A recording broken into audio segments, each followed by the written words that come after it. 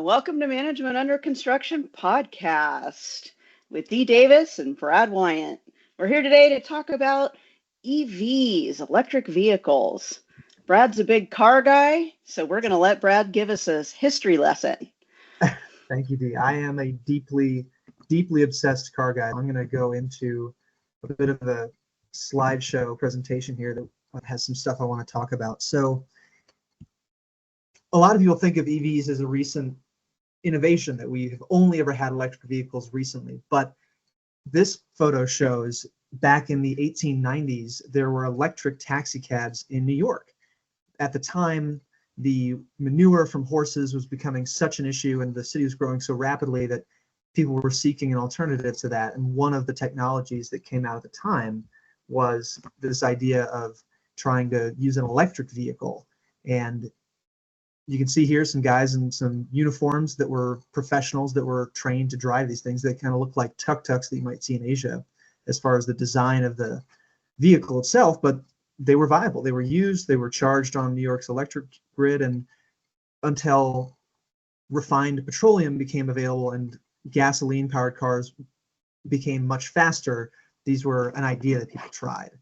But then we moved back to the 1990s to get to our next electric vehicle. This is a concept car that General Motors produced called the EV1, and it went from a concept car to a trial run vehicle. They leased a couple hundred of them to people around the country where they could charge them at their homes to see if people liked them, and people loved them. They were shocked by the reception that people had with these cars. The people who really enjoyed them were just devoted and were so upset that they decided not to move forward with the car because GM figured it wasn't a viable machine for most drivers, that they produced a movie called Who Killed the Electric Car about General Motors and why they decided not to move forward with this car.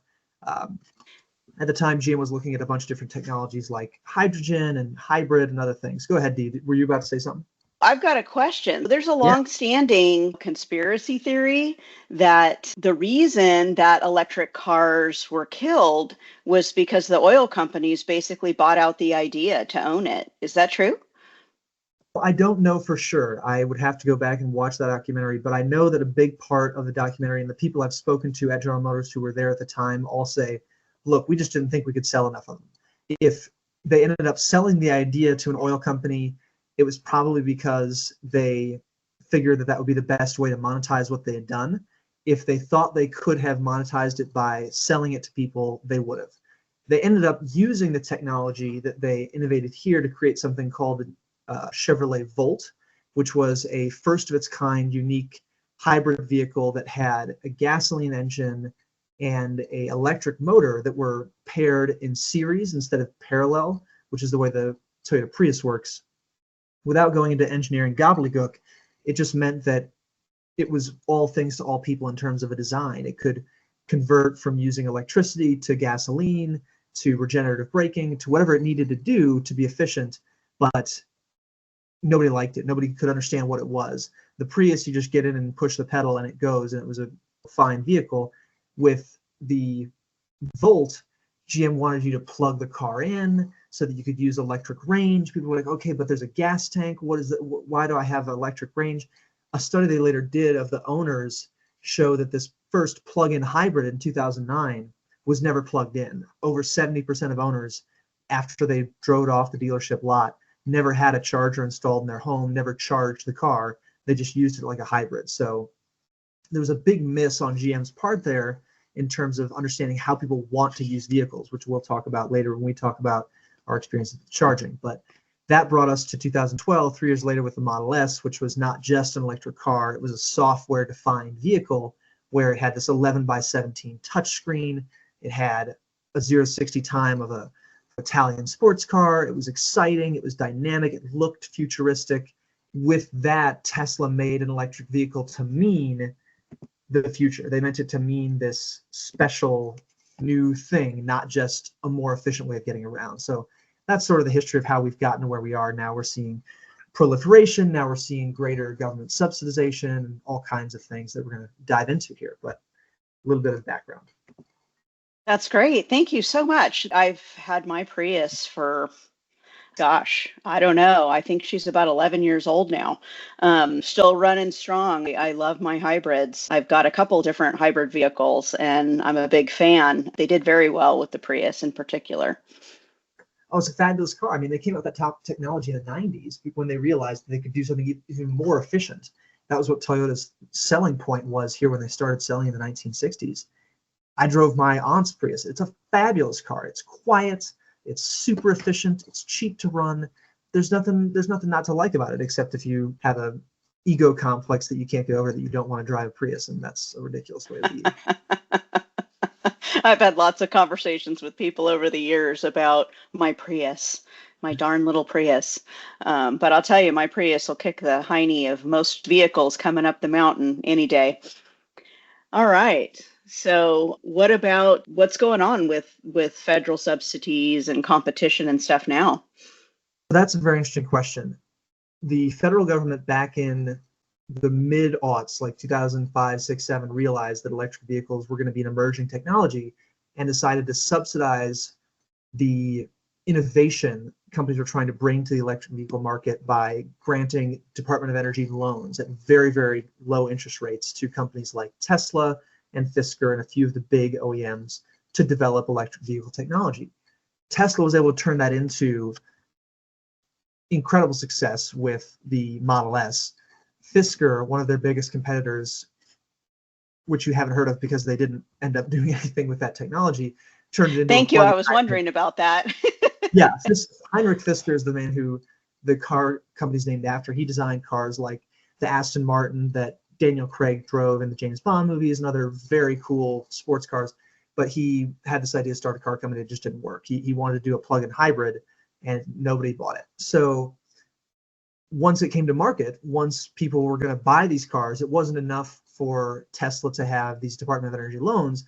They were so expensive that a little bit of subsidization was required to incentivize the public to buy them at a competitive price. And the government saw fit to introduce subsidies because they wanted to clean up the air. They wanted to do something environmentally sustainably. And there were a lot of politics around that everyone was rattling their sabers about saving the planet and reducing our emissions. My take on that is that a brand new car puts out so few emissions that subsidizing to the tune of $10,000, $15,000 the way that some states and governments combined can really isn't in the public interest, because a two-stroke gasoline back-mounted leaf blower is doing more damage than somebody's F-250 in terms of environmental harm, the emissions. So that's the take. But the subsidies have been working. People have been buying more EVs. There's a little bit of a pullback. I think that another reason that the subsidies are an interesting idea is because of the Chinese competition we're experiencing. The current state of the market is that Chinese EVs are so much cheaper than anything that can be purchased anywhere else. The European market is being flooded with these cheap Chinese vehicles because there's not as high a tariff barrier there like we have here for Chinese vehicles. So the European Union is talking about increasing the tariffs that they have there to guard the domestic auto manufacturers like Volkswagen and BMW, who are being overwhelmed, and subsidizing efforts in this country to develop electric vehicles and subsidizing the companies that are building them is a way of competing with those companies, much in the way that Airbus is subsidized by the European Union and Boeing is subsidized by the United States government, so that those two companies can continue to compete. And free market economy ideas being what they are, we haven't lived in a free economy for a long time. I'm a free market economist. I'm a proponent of that idea, but the reality is that you got to fight fire with fire sometimes too. Yeah, absolutely. So one of the things that has been getting a lot of attention in the EV market is the Rivian. So what's different about that?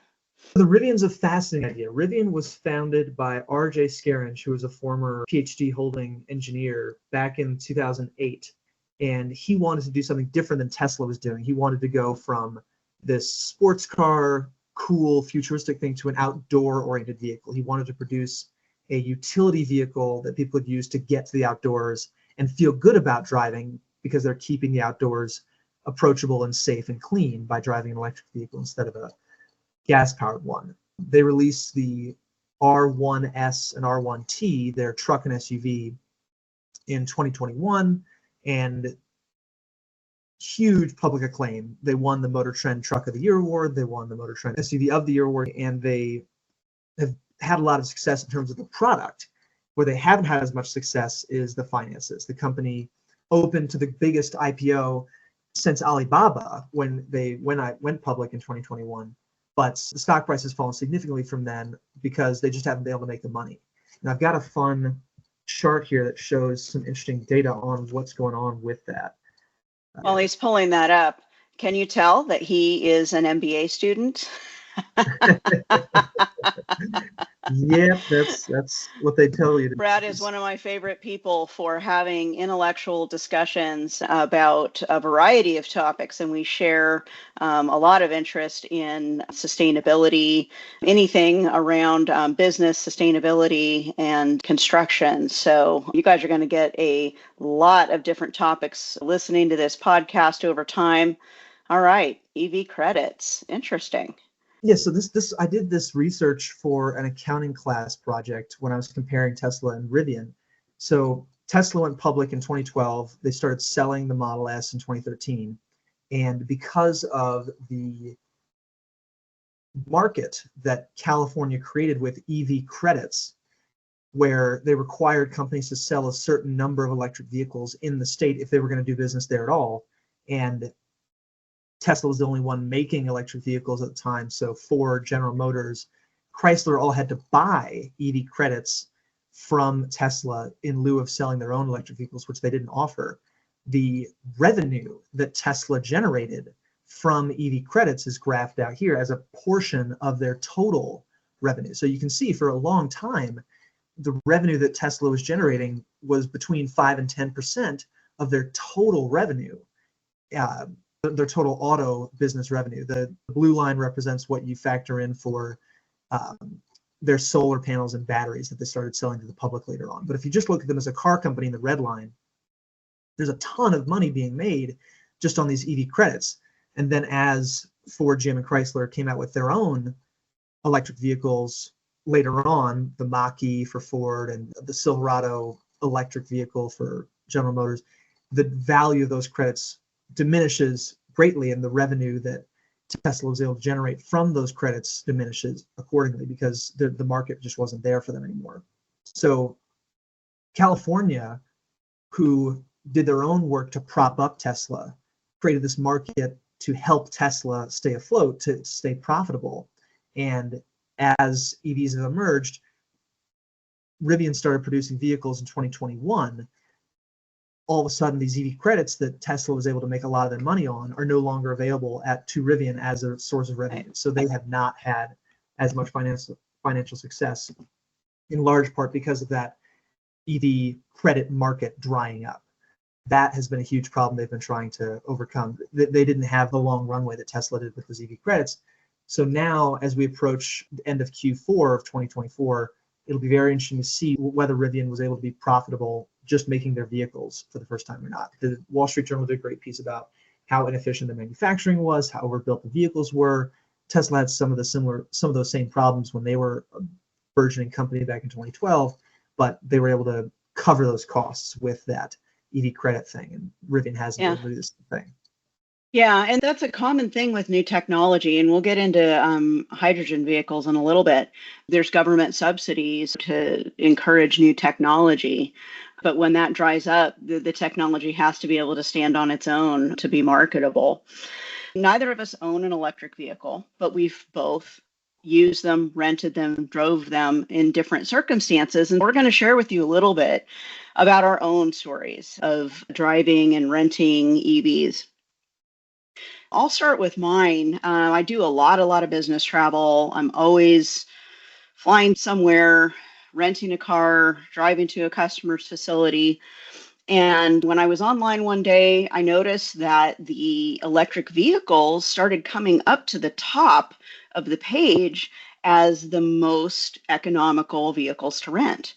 So I thought, what?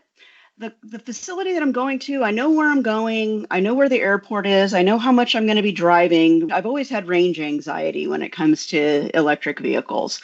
I rented a Polestar. I got to choose the exact model of vehicle that I was going to rent. so I could research in advance because I'd never driven an EV before. I looked it up, 300 miles of range. Okay, great. This is going to be a great experience. I'm going to get to drive my first EV and have this experience so that I can share it with other people. And I went into this whole thing with great expectation. I was pretty excited about it. So it was definitely becoming cheaper to rent them than a gasoline vehicle. And rental companies typically don't rent hybrids. It's either gas or electric. Anybody that knows me, I'm not an early adopter. I'm not an early adopter of anything. I wait. If something comes out and I'm like, ooh, that's exciting. Let's wait and see what happens. Let's let them work out the bugs. Let somebody else spend the money. My next door neighbor was so excited. He's the first in line pre-ordering every new electric vehicle that comes out on the market. I'm not that person. I'm a wait and see person. So I had waited a long time because this occurred in 2024. In early 2024 is when I rented this finally. So I also want to say that whether or not something is considered sustainable is a really complicated topic. There's so many aspects of sustainability. So when you're talking about tailpipe emissions or you're talking about carbon footprint, those are this much of the conversation. They're a very, very tiny piece of the conversation. I lived in California for a very long time. And California, as we've said early, they're early adopters. They're on board with all this stuff. For me, it's always a question of, is this the answer? Is this the sustainability answer? And I'll get into that more later, but sustainability is very complex. So I rented the vehicle. I had done all my research. I was very excited. I actually had my family with me. My husband came with me on this business trip. A couple of my kids had just come and visited, and they were flying back with us. They live in San Diego, and I was going to take them home on my way. So there was 4 of us in the car. The Polestar, by the way, super cool car. It's very attractive looking. You feel like you're driving a space shuttle when you get into this thing. It's super cool. Like you said, you got the tablet, you're pushing buttons. It's a really cool experience. The first jolting thing, which I did not know, was braking is different in an EV, or it can be different. In this particular car, and I don't know about all the other EVs, but in this particular car, taking your foot off the brake was the same thing as pushing the gas. So was it like that in the vehicles that you've driven, Brad? I think you mean taking your foot off the gas was the same thing as pressing the brake. Something like that. It was an unusual experience. It wasn't what you expected out of a regular vehicle. And I think I might have read about it because I did realize that there was a way to shut that off, but it took me a minute. I had a couple of scary moments in the parking garage, figuring out where the setting was and getting that fixed. So once we had that, it was all good to go. Drove like a dream. I mean, it really was very smooth, very responsive. It was comfortable. I really liked the vehicle a lot. Everything was going swimmingly, except that I did notice that in the very beginning, when I picked up the car, none of them had 100% charge. The highest percent I found was 83%. The highest was 83%? Highest. Jeez. Most of them were 60, 70% charged.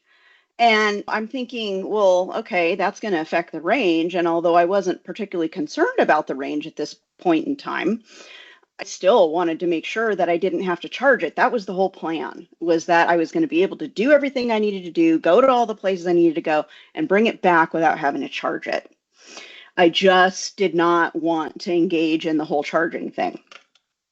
So 83%, I picked that one, and I'm like, okay, well, you look at the little thing, it says you have however many miles, 200 and some odd miles. Okay, well, I should still be all right. Well, I wasn't. By the time I had dropped the kids off and dropped my husband off, I had already lost like 20% charge, according to the display, which is all I have to go by. And I thought, oh no. Now my range anxiety is really setting in because I'm thinking I have several days of driving to do, not super long distances, but I've got to go back and forth and stop and start. And anytime you turn on the air conditioner, and this was in the summer, anytime you go up a hill, your range drops. So my range anxiety was setting in the very first day. I do what I got to do. By day 2, I am 100% convinced. I'm like, there's no way with as fast as the range is dropping that I'm going to be able to get back to the airport. The other thing that they told me when I checked out at the airport was you have to bring it back with at least 20% charge. That's how they get you. So, unlike a gasoline vehicle, you could bring it back on fumes as long as it's still running, you're good, right? If you have the auto refill option. There's no auto refill option available on an electric vehicle, or at least at that time there wasn't. I had to bring it back with at least 20. So I'm watching my little gauge go like this, go to the left very quickly. I'm thinking, oh no, I'm going to have to find a charger. I'm going to have to figure this out. So I don't want to go into all the details. I actually have a blog on my website, www.yspe.YellowstoneProfessionalEducation.co, that has the entire story with all the details and all the facts and figures. But there are chargers out there that are private, but they're sitting out where you can just drive up to them. Right. And they won't tell you that they're private and that you can't use them until you go through the whole thing. So I was always told, charging's easy. Public charging's no problem. You find a restaurant you want to dine at. There's a charger out in the parking lot. You pull up to it, you swipe your credit card, you plug it in, and you go have dinner, and you come out and it's charged. That is exactly the story that I was told.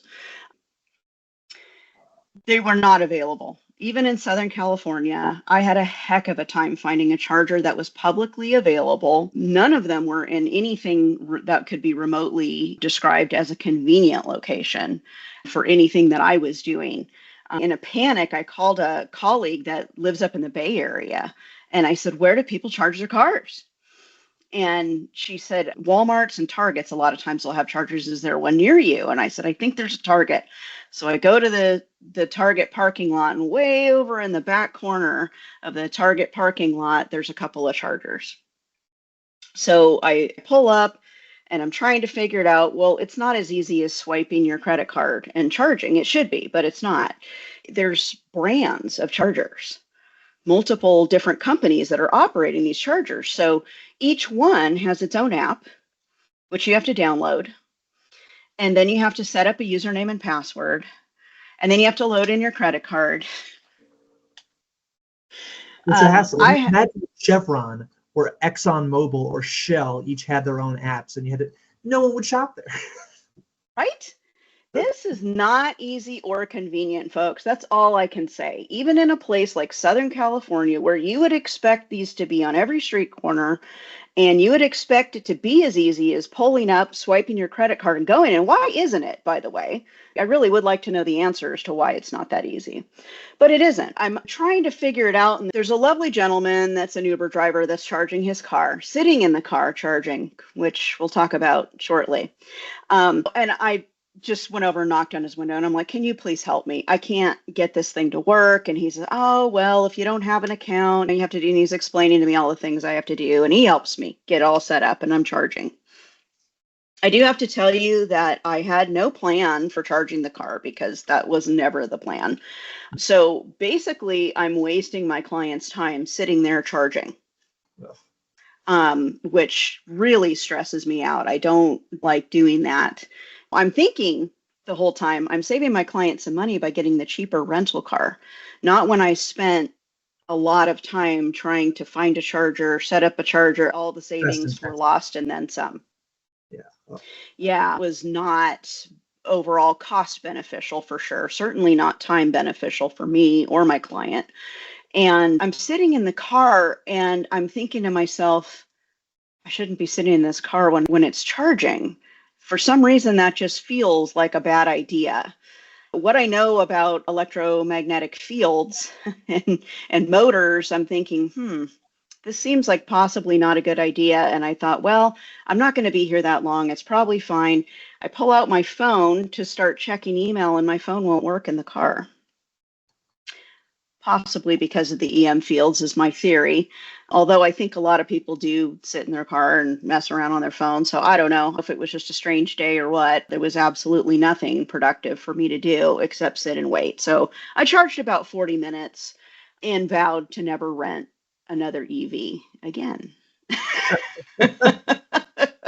It's a huge pain, and the backstory as to why it's such a huge pain, in my opinion, or one of the reasons it may have become such a huge pain.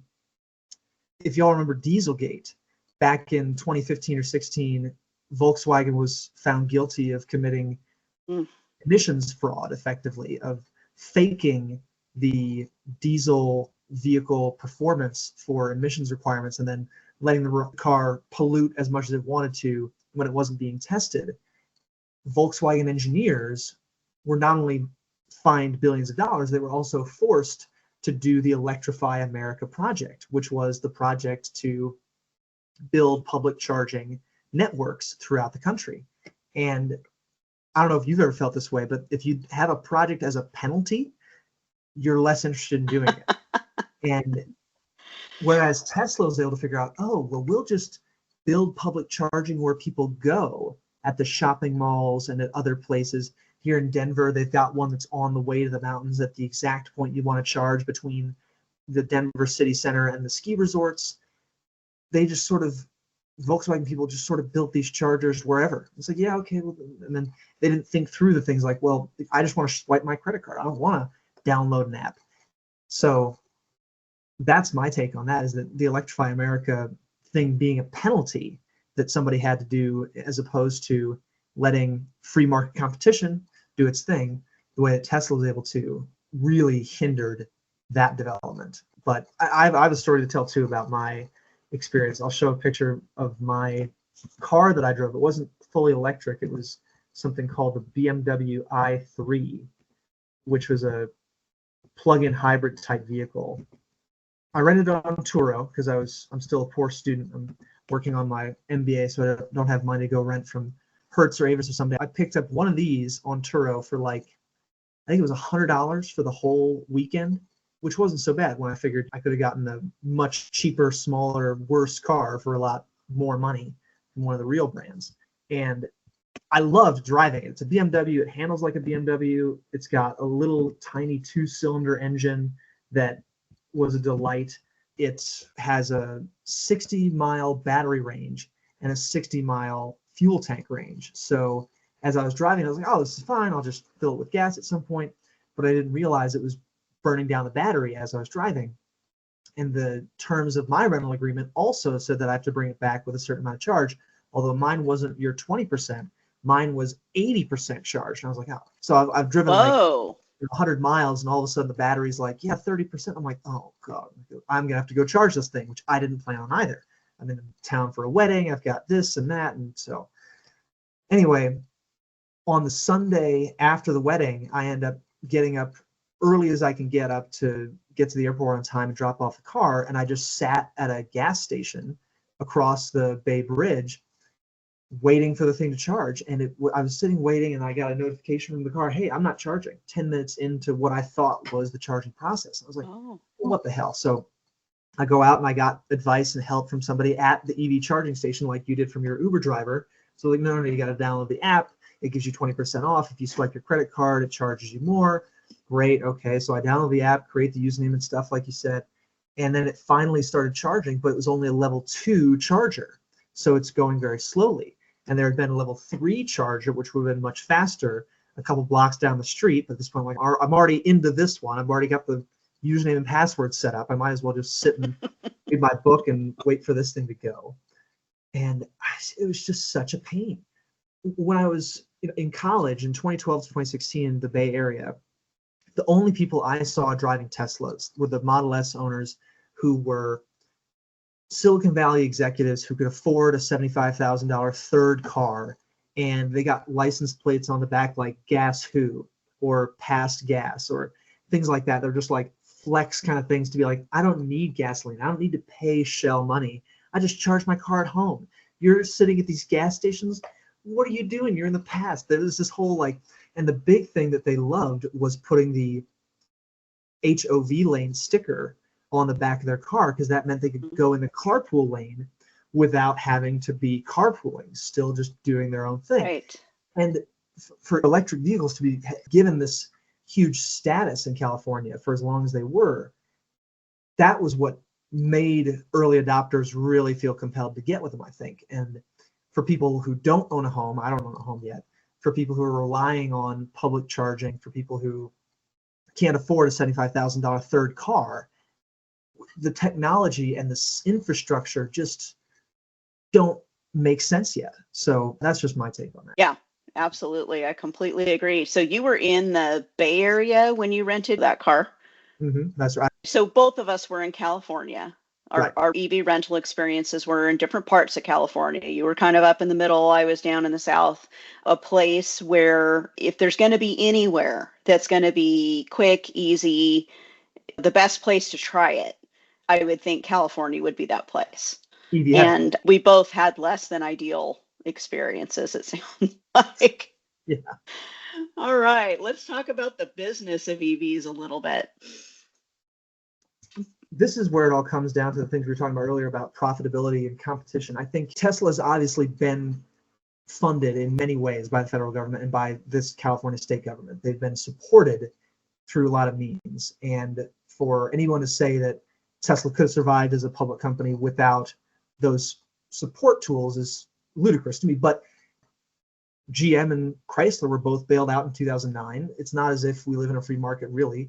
So to make the argument that they should be penalized or that they received unfair support is a strange argument to make as well. Tesla has finally achieved profitability. My dad bought a Model 3 back in 2020, and the new one, the 2024 Model 3, is both way better and cheaper. That is market economics working the way they should. And I think that's only going to continue as EV technology continues to proliferate. The thing that's making Tesla and Rivian competitive, in my opinion, has more to do with the software-defined nature of the vehicle as opposed to simply the EV technology. At this point, Tesla, Rivian, none of these companies are developing the batteries that are the main advantage of the car. The battery companies like Panasonic and other companies are doing that. And when it comes to the product experience, the zonal system architecture, I wanted to make sure I got that term right, that Rivian and Tesla have innovated is so different than the domain-based architecture that Ford, GM, Chrysler, all the other traditional OEMs use, that it's faster, it uses 8 miles fewer wiring per vehicle. No matter if it's an electric vehicle or internal combustion vehicle, it uses 140 fewer silicon chips than a conventional domain-based vehicle. So that's where those companies are really making the leaps and bounds, is in the software technology and the way we experience the vehicle and what the product eventually means to the end consumer. So that's where I see the future of the business competition going. The battery technology, other companies are doing so much better at that. I mean, Lucid, another car company that's electric, that's US based in terms of technology, but is being funded by the Saudi Arabian oil funds. They've got a new technology with the motor where they've been able to condense it from about the size of 2 basketballs to the size of my head. And they can make more power and use less energy than Tesla did. They've got a car that'll do 5 miles per kilowatt hour. And that's a threshold no one ever thought we'd reach this decade in terms of the efficiency. So the competition is strong. I think that instead of looking at the Chinese subsidies as, well, let's just let them have it, we need to try to bolster the technologies that we're developing in this country to compete with that, as opposed to just tariffing them and being protectionist. That would be my take on the way that American car companies can be incentivized and be supported to compete. Because if we don't, we're going to end up buying Chinese cars, and I don't think any of us want the whole of the American automotive industry to go the way of the dodo bird. I think that'd be a very different American economy we'd be living in. That's really interesting. The technological advances are really incredible, and making huge leaps and bounds in efficiency is a big deal for all kinds of reasons. And we can take that technology and we can transfer it to other fields right? We can transfer it to energy storage. There's all different kinds of ways that we can take those advances and use them in other market sectors. So it's really good to hear that they're making those kind of advances.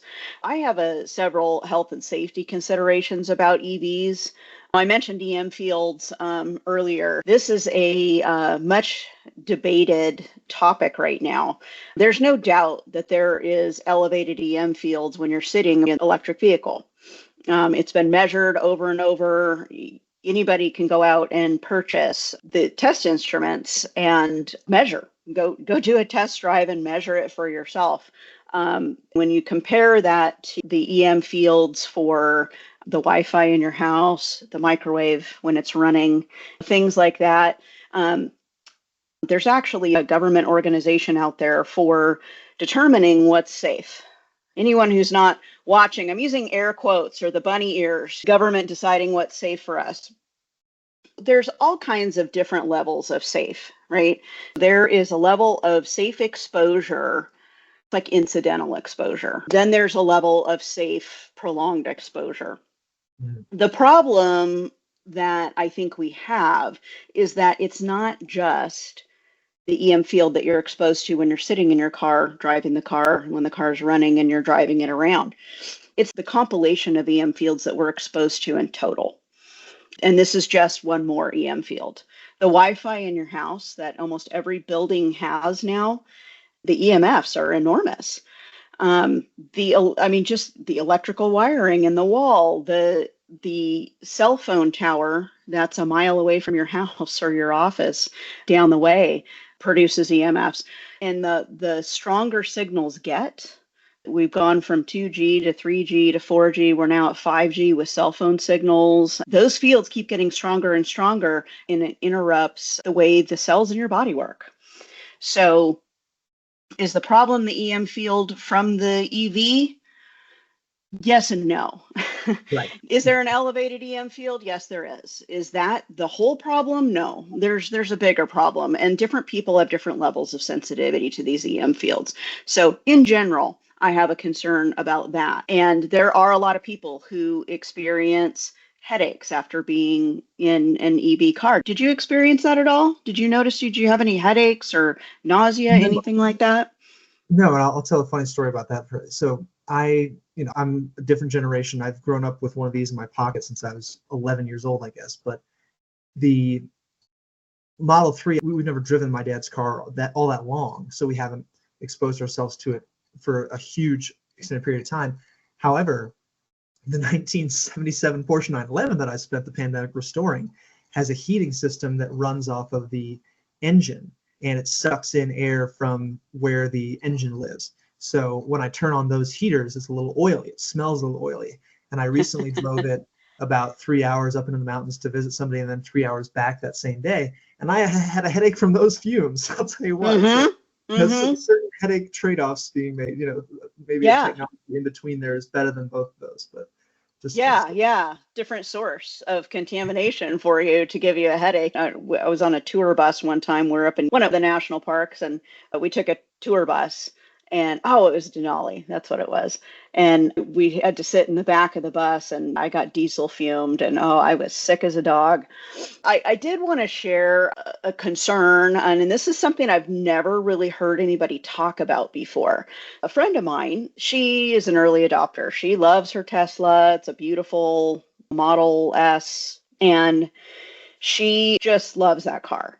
And everything was going along swimmingly until it was wintertime and she was going home. It was after dark in her black car and she had to drive through this mountainous area. There's no street lights, and she got rear-ended. And what happened is her car completely shut down. Shut down. Just nothing, no power at all. So it's wintertime. It's snowing, and the trunk is in the front of the Teslas. It's a frunk or whatever they call it. So it's electrically actuated, though, to open it. It's not a manual. You have to push a button and it's electric. All of her emergency gear is in her frunk. She had emergency lights. She Yeah. had a blanket. She was prepared. She's smart. She's ready for what's going to come. She Oh, thought she wow. was prepared, but she had no idea that her Tesla would completely shut down in the event of an accident. So it's cold, it's dark. The person that hit her was fine and left. So she's out there by herself. She can't turn on her flashers, nothing. Finally, she's able to flag somebody down and they called it in and a police officer came and they got a tow truck and all that. And she Out to was dry. mad. She was Oh, mad. She ended up calling Tesla and saying, what the hey? Are you kidding me? How can this happen? And they said, oh, that's exactly what's supposed to happen. That's what's planned to happen in the event of an accident for safety reasons. mhm. And she's thinking, safety reasons? Are you kidding me? It put me in danger. It alleviated some danger potentially, but it created other danger. So this is just something that I have never heard any EV proponent talk about. I don't think that most people know this. We're going to talk about Tesla fatality rates here in a second. Yeah. Um, Nobody talks about this aspect of it and what that means from a safety standpoint. So I'm just saying this out loud to say that that's their intention. And I'm not picking on Tesla specifically. I think this is true for probably any EV.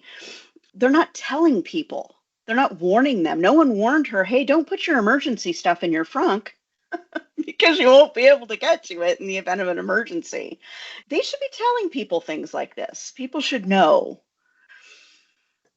Well, I think it just comes down to resiliency. I mean, if you look at the way that certain vehicles were built versus the way we're building vehicles now, and this is the car guy, me going way back, but for a long time it was considered that an owner was going to be a caretaker of the vehicle in a way that they would preserve it and last a long time. And vehicles were built to last for as long as you wanted to own them, not as disposable as our mobile phones, which is the way that we're looking at these EVs. Because the moment that those batteries in that electric vehicle reach their end of life, you're throwing away the car. I mean, you're recycling it. Hopefully you're doing the things that you do to prevent groundwater disturbance, and you're getting the lithium ion out of the car and disposing of it safely. But the car is junked. The cost at that point to renew the car and to keep it on the road is astronomical, and it's better to buy a new one. We've been viewing cars as disposable, economically speaking and design-wise, for a long time. But back in the 70s, 80s, 90s, all German cars especially came with a handbook about, okay, and at 50,000 miles, you need to adjust this, and here's how you do it. It gave you a step-by-step procedure on how to do everything. I've still got the manual for my car that explains exactly how to do it along these different things. To view these vehicles as these disposable things, I mean, can we afford to be buying new cars every 10 years? I certainly don't want to have to buy a car every 10 years. I don't want to, I'm happy to buy a new phone every 10 years because, yeah, the technology will be that much better. I'm going to be doing okay enough in life to spend $1,000 every 10 years. But cars are getting more expensive. I just don't see that as a way I want to experience that kind of a product in my life, which is why I hope somebody will keep making gasoline for my old car and I'll be able to keep it for a long time. So on to the death fatality rates. That's a kinder word, I guess. Tesla vehicles have always been very, very safe from a crash safety standpoint. The Insurance Institute of Highway Safety, the IIHS, the agency that's in charge of rating crash safety in the United States, has always rated Tesla vehicles as top safety pick plus, whatever. They're very well rated for crash performance. But despite that, the fatal crash rate of Tesla vehicles is the highest of all car brands in America. And this report from 2018 to 2022 concludes that the reason doesn't have to do with the crash safety. It has to do with the driver behavior. The models on this list likely reflect a combination of driver behavior and driving conditions, leading to increased crashes and fatalities, the report quotes.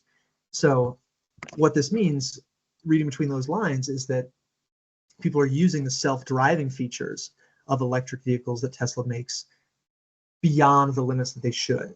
They're not paying attention. There are videos you can find on YouTube of people getting in the back seat of their car while they're on the road with it to prove how cool their Tesla self-driving features are. When it comes to self-driving, when it comes to safety, why are we solving for that end of the equation to try to make the car drive itself until we get to like Minority Report levels of step in the car and every car is driving itself? Why not just spend a little bit more money on driver education? Why not fine people more often for doing things like not wearing a seatbelt or speeding or doing things that are unsafe on the roads? I just don't get how that's the way things are going. I mean, Dee, you learned to drive when cars were a lot harder to drive than they are now. Have you seen it just Oh, be like yeah. you can, the texting and driving has become more possible because cars are easier to drive? Where do you land on that? That's an interesting question. See, Brad, this is where you and I are the opposite. I don't like to drive. I don't think it'll be safe enough in my lifetime, but I'm really excited about the prospect of getting in a car and just saying, take me to take me to Target or whatever, and then chilling or doing something more productive than driving. I'm always looking for a way to be more productive. It's part of my personality. There's no way I would do it. There's no way I would try it at this point. There's just too much data to the contrary. But, in Arizona right now, you can take a driverless taxi. You can take a driverless Uber in the state of Arizona right now. And I know a few people who've done it. I would be too scared, I think, at this point. Just know too much about, like you're saying, the fatality rates and all the crazy stories. I think it's a lovely idea.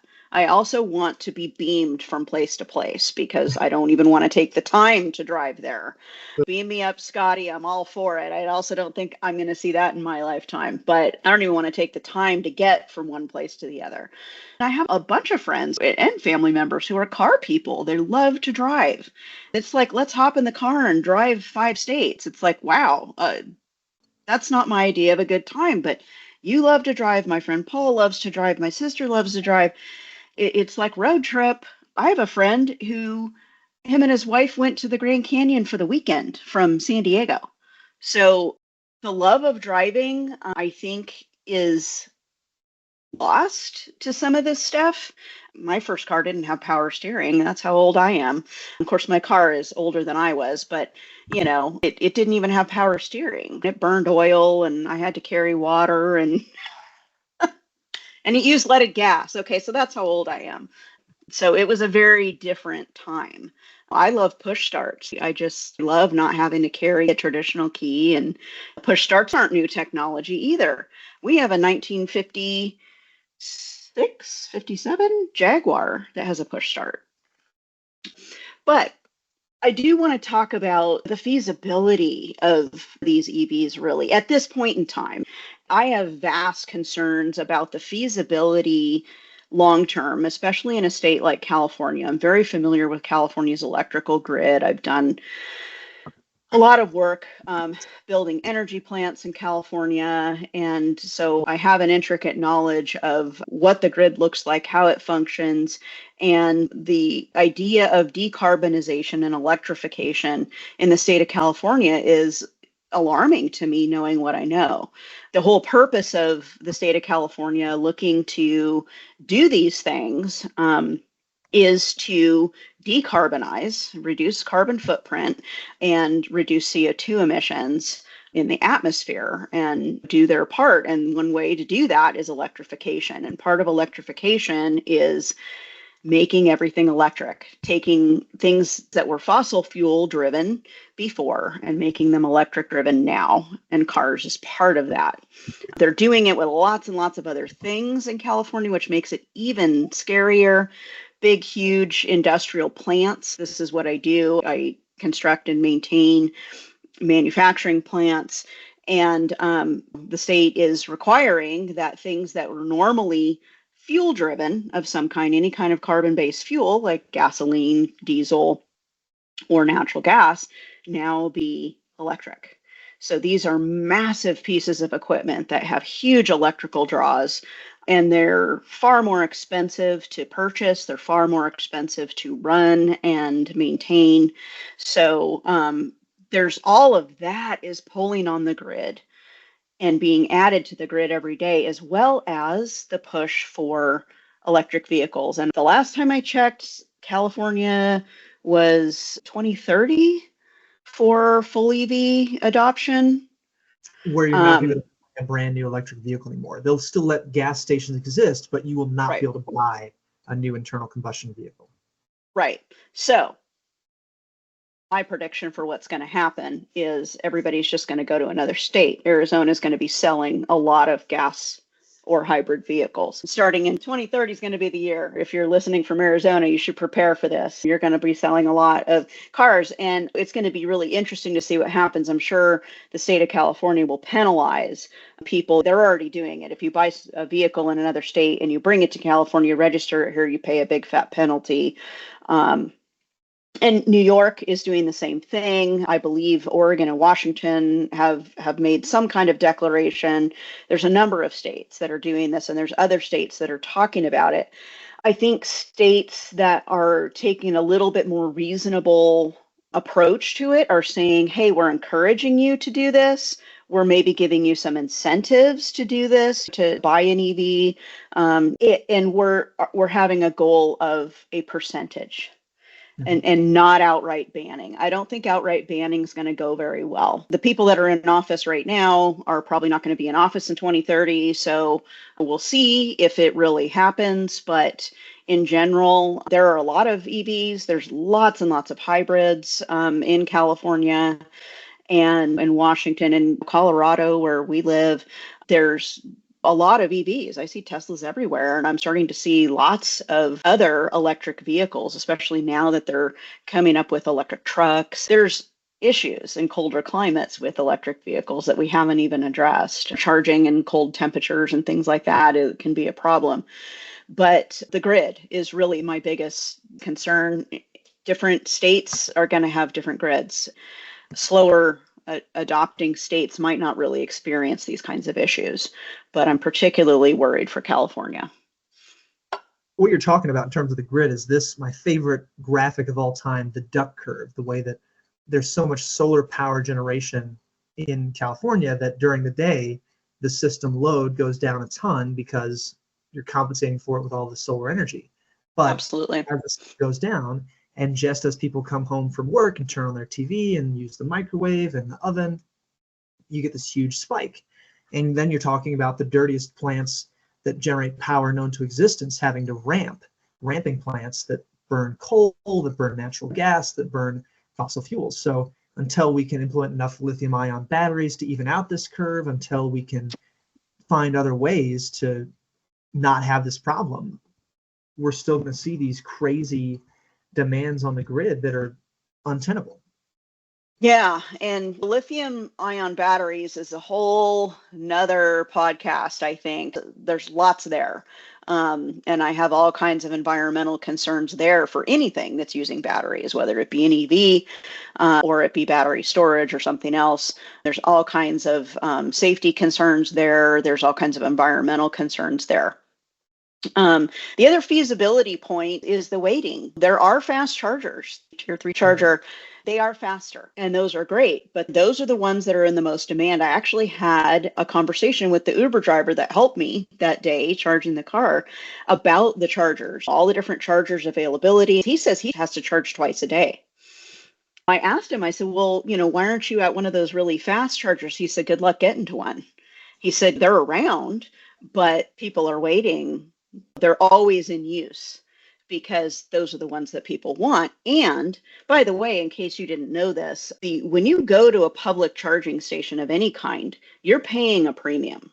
You pay per kilowatt, just like you pay for energy per kilowatt at home. But you might pay maybe 8-9 cents per kilowatt hour to 26 cents per kilowatt hour, depending on the time of day. If you go to a public EV charging station, they're going to make a profit on they're paying. So you might be paying 30 or 40 cents per kilowatt hour for your charging. So you're paying a premium to charge. And then the fast charging ones charge even more. They cost more per kilowatt hour. And it's the service that's required for that, the amperage. I mean, think about a gas station with an 800 amp service. We're both in the construction business. What's it going to cost that gas station owner to do that? Of course he's going to charge more for it. I mean, I podcast called The Smoking Tire. This guy built this collector car storage place on the west side of LA. And he had to figure out, well, okay, I'm going to have this many people who are going to want to charge their EVs here. And then he's talking about tearing up the street and getting involved with the city and doing all these things to increase the capacity that he's going to be able to offer for charging. That's where the rubber's going to meet the road, to use an apt metaphor of all this EV charging stuff. When we come to upgrading our grid to be able to handle these kinds of loads, it's going to be no small task. Yeah, and very expensive. The lead time for electrical equipment, breakers and switches, anything electrical, has tripled in the last few years. The cost has gone through the roof. It's come back down some, but the demand for chips, the demand for electrical services just keeps growing because of all this electrification and because of all these decarbonization efforts and additional EV stuff and people having to bring more service to their homes, to their businesses to support all this infrastructure. It's massive. And the market appetite is waning a bit. Conventional wisdom out there says that people that are going to adopt have already done it for the most part. There's some with introduction of new types of vehicles, new trucks and new SUVs and things like that. There's going to keep some interest, but there's a couple of rental companies, not going to say any names, that went big into the EV market. They were like, oh, we're going to convert 20, 30, up to 50% of our fleet into EVs. And I'll tell you what, those things sit on the lot. Nobody will rent them. And it's because of the experiences that you and I had. If you're just going to drive 50 miles and come right back, fine. But if there's any chance that you're going to have to charge and you do not already have the setup of the apps and the locations and the whole thing, it's a pain in the neck. And when you're on vacation or you're on a business trip or whatever, the last thing you want to be doing is sitting in a parking lot waiting for a charge to happen. Now, I do know people that have absolutely planned vacations with their electric vehicles, have traveled all the way across the country with their electric vehicles. It took them much, much longer than it would take, had they driven a hybrid. Not that it can't be done. It's just that you have to be willing to make that sacrifice. So I think the market appetite is waning for sure. I definitely know that the rental companies can't offload these things fast enough, because when I go to rent a car, sometimes that's all that's available. And if you want a gasoline vehicle, you have to wait. We've already hit on a lot of the sustainability aspects. There's lots of mining involved with any kind of battery technology. There's rare metals that have to be mined, which is a really big deal. Maybe it's not a problem for us where we are, because maybe they're not mining it here, but they're mining it somewhere. And a mining operation is a very carbon heavy operation. They're not using electric vehicles for that, I can tell you. And then if you're driving a gasoline vehicle, then we have oil extraction, right? So how do we weigh that from a sustainability standpoint? It's very hard. I think that the life cycle cost analysis that has to be done to make that sustainability argument is not being done in a rigorous enough form. And this is where I'm so glad I'm going to business school. There's a very interesting new accounting evolution on the table for public companies to report in a very rigorous way on their business activities and the impact from a sustainability standpoint of those activities. And I think that as we enter into this new era of thinking more deeply about how our activities impact the planet more widely, we're going to get more rigorous about how we account for things like that, how we account for the actual environmental cost of the fuel that you're putting in your tank versus the actual environmental cost of the lithium that ended up in those batteries. I did a cost study analysis for a project for a moderate driver of 20,000 miles a year. You don't see the economic payoff, the dollars and cents of it pay off until 8 years of EV ownership for most cars. We used a RAV4 versus a RAV4 hybrid versus like a Tesla Model Y. And that was with all the federal subsidies. Now, if you drive more miles and you're still able to charge at home, if you're somebody who drives 45,000 miles, I think the math was like it was only 4 or even 3 years. It was a huge difference in the terms of the usage. But I don't know hardly anybody that drives that miles a year. So yeah, Trade-offs depend, and we're not Yeah. doing the rigorous stuff yet to be able to say for sure this is the point. So what are we left with? Gasoline vehicles have their issues, certainly. EVs have their issues. Is no EVs the answer? I don't think so. Is all EVs the answer? I don't think so.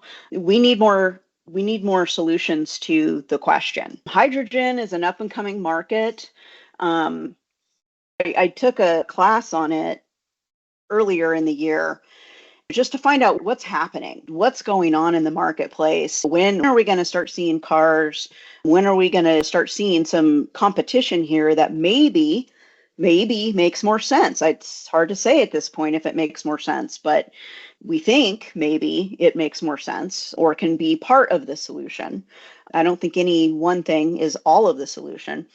So working on scaling right now is really what the issue is. Things like ships and big rigs and like large engines, like really, really big engines, they've figured it out. They've figured out the technology. They've got it to a point where it's becoming economically feasible. But scaling that down to the personal vehicle level is still in progress. There are a couple of manufacturers out there right now who have released some hydrogen vehicles. Hyundai and Toyota each have one, and BMW has a concept car. So I was pretty excited to see that there was at least a couple out there, and now I have to go try and find some of these. I'm really curious what they're like inside. I have more research to do there. I'm looking up the pros and cons. And by the way, these cars currently are only available in California based on the research that I did. There's like a test market. They have zero tailpipe emissions. They take 5 minutes to refuel, which the impatient part of me absolutely loves. Range is similar to an EV, maybe even a little better in some cases, 380 to 400 miles for range. Now, when we say range, what I learned with EVs is they have a published range, and I'm using the air bunnies again. They have a published range, but what they don't really tell you is that's not the range. If the range is 300 miles, you can't count the first 10% because the vehicle will actually shut down when it hits 10%. Right. And it doesn't fully charge the last 10%. The maximum charge is 90%. So it doesn't really have a 300-mile range. So you have to whack 20% off of that right off the top before you've done anything, which just, I think that's false advertising, and I think somebody should do something about that. But anyway, that's another topic. Yeah. Is this range really 380 to 400? I don't know. That's what they're publishing. There's a $4,500 incentive in California. Plus, I loved this part. And this is, again, with the government incentives to get this technology going. Manufacturers, i.e. through government incentives, I'm sure, are covering refueling for 3 to 6 years, depending on if it's a purchase or a lease. How do you like them apples, right? It kind of makes me want to go get one. Free fuel for 3 to 6 years. Here's the problem. Very limited refueling locations are available, and it's mostly like up in the Bay Area.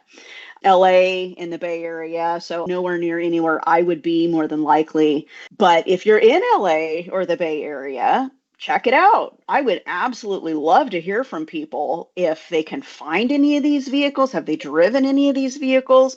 What's the refueling like? How big is the fuel cell? It sounds like you change it out just like, quick whoop whoop. 5-minute refueling. Are you refueling almost like you're putting gas in, or are you swapping something out? I'm not really sure. I've done a little bit of research on this. You're right. It's very sparse, the number of stations that provide hydrogen fuel. Not only is that the problem, the refueling rate of those stations is very low. The tanks that store hydrogen have to be built in a very specific way because the hydrogen gas molecule is so small that they just trickle out over time. Mm-hmm. And what ends up happening, a journalist did a road trip in a hydrogen vehicle. He was planning to go from, I think it was Northern California to Southern California and back. Southern to Northern and back. And it took him a day and a half longer than he thought it was going to, because he just arrived at a station out of hydrogen, ready to fill it up, and there was just no hydrogen. And a bunch of other people were like, yeah, we're finding hotels. We don't know what we're doing either. And he was like, well, this sucks. That was a couple of years ago. I read that article, but I know that there are issues with the temperature of the hydrogen and trying to connect the nozzle to the car because it'll just freeze, and then the safety mechanisms will shut it off because hydrogen gas is very explosive. So nothing's perfect yet. Competition, it depends. Long way to go. Consulting answer we can give, but I think allowing these different technologies to continue to compete and allowing there to be economic incentive to make something that everyone wants to buy, the way Tesla did, is going to drive the continued innovation that's going to push these technologies forward more than the government subsidies will, but they will founder without those government subsidies too. So it's about a balance and about trying to figure out what the right thing is to do from an international standpoint. Yeah, I'm excited about the possibility. There's safety concerns there because, like you said, hydrogen's highly explosive. So what if you get rear-ended in a hydrogen vehicle? I don't know. Get in a car accident, get T-boned. I don't know. Is it a partial answer? I don't know. I'm just excited to have some other options. If we could ever figure out how to make banana peels work, that would be great as a fuel source. Marty McFly and Doc, if we could get that going, that would be fantastic and hopefully have zero emissions. So who is an EV for? And I'm going to give you my opinion, and Brad, I would like you to voice yours. My opinion, if your round trip commute is 150 miles or less per day.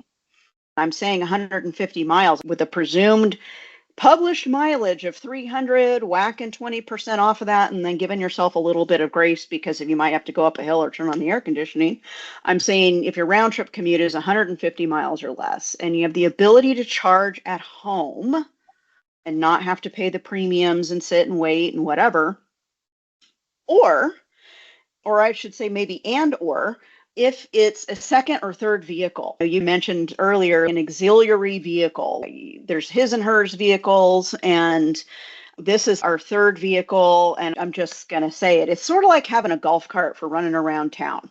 If it's that kind of vehicle where you're going to be just doing some local running around, you have the ability to charge at home, I think that's a perfect vehicle for you. Your commute is short, you can charge at home, or it's an auxiliary vehicle. Personally, could I do that? I absolutely could supplement my hybrid fleet with an EV for that purpose, but I don't really need a third vehicle, and I'm not going to incur that kind of expense just to say I drive an EV at this point in time. I completely agree. I would only add on to that customer profile you're building a few elements. I did a project on this in school. It has to be somebody who abhors the idea of paying somebody to fix their car, who just does not want to bring it in to be repaired, to have the oil changed, somebody who really does not like that process. Good point. Somebody who is not going to road trip, they're going to fly wherever they're going to travel. So that's a certain income bracket or certain behavioral pattern. It has to be somebody who's going to own a car for long enough for the inflated cost to make any sense, who really wants to keep that car for 8+ years. I ironically also think it's for somebody who wants a very fast car. No matter what EV you're buying, when you floor that pedal, you get it right in the back of the chair and you go. I mean, even the cheapest EVs are a very exciting driving experience. So that would be the only thing I would add to that customer profile. The maintenance is a really good point. No combustion engine. So you don't have the maintenance and the tune-ups and the spark plugs and the things that go with the combustion engine. That's a really good point. Yes, they are fun to drive. I will 100% agree with that. I enjoyed the driving experience. I just didn't enjoy the fueling experience, which is something that you would have to do pretty often. We'll keep an eye out for advances in this technology, advances in hydrogen technology, and banana peel technology, and whatever else comes next. That'll be the only thing that will drag me out of my 1977 car, that's for sure. Well, thank you all so much for joining us today, and we'll see you next time. Watch us on YouTube at YellowstoneProfessionalEd.co. Don't forget to like, share, and follow us, Apple, Spotify, everywhere you listen to your podcasts.